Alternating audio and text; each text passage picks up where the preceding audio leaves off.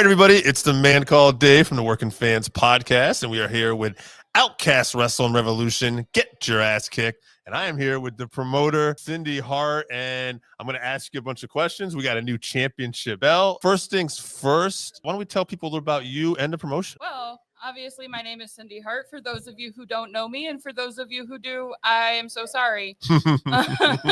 But actually, no, I make no apologies. You guys know exactly what I am at this point. I am one half the owners of Outkast Revolution, along with Lou Jacobs, who is a veteran in the business and a veteran in the military, Yes. as he served 13 years in the Navy. We started this company together about a year ago after I had been running a show up in Massachusetts that was a little bit of a smaller show. And we decided that, you know, on top of wanting to be together, that we were going to open OWR together. And that's what we've done. And it's grown ever since. I'm very happy with the crowds that we're now getting and how into it they are. And they seem to like what the product we have to offer. And pretty much I just want everyone to have a good time and want to come back. Now, I'll say, and I'm curious, there seems to be a real emphasis on fan friendliness with your promotion. I see everybody interacting. We were at a prior show at a fair. I saw the wrestlers and everybody working with people at the fair and a big interact. That seems like that's a heavy emphasis for that. So I make it very clear to everybody, as does Lou, we want that crowd interaction. If you're not interacting with that crowd, what reason do they have to come back? Or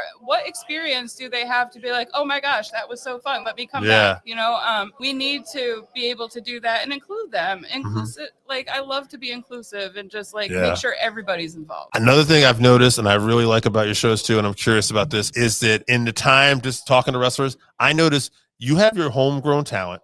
You have some people you bring in, but you bring people in from Texas, Ohio. You really try to get something different, it feels like, out here. Oh, yeah.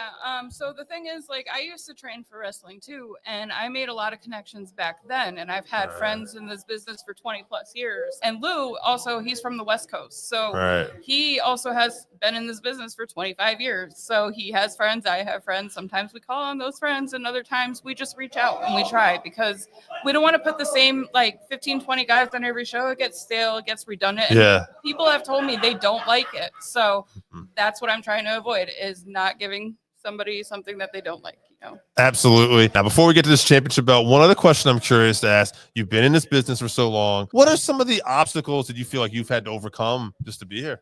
Ooh, so many.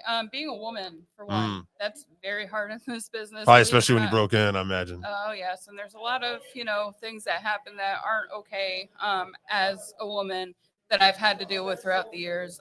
But I push through it. I persevere, and that's, you know, I'm here and I'm not going anywhere. Oh, yeah. So I like that. Obviously, let's talk about it. This is one of the big things here. We got a new women's championship, the Provision State Women's Champion, working with USWA, it looks like here. Tell us a little bit about this title. So USWA is a promotion, and they run in Ohio. And we made friends with the promoter. They're really good people.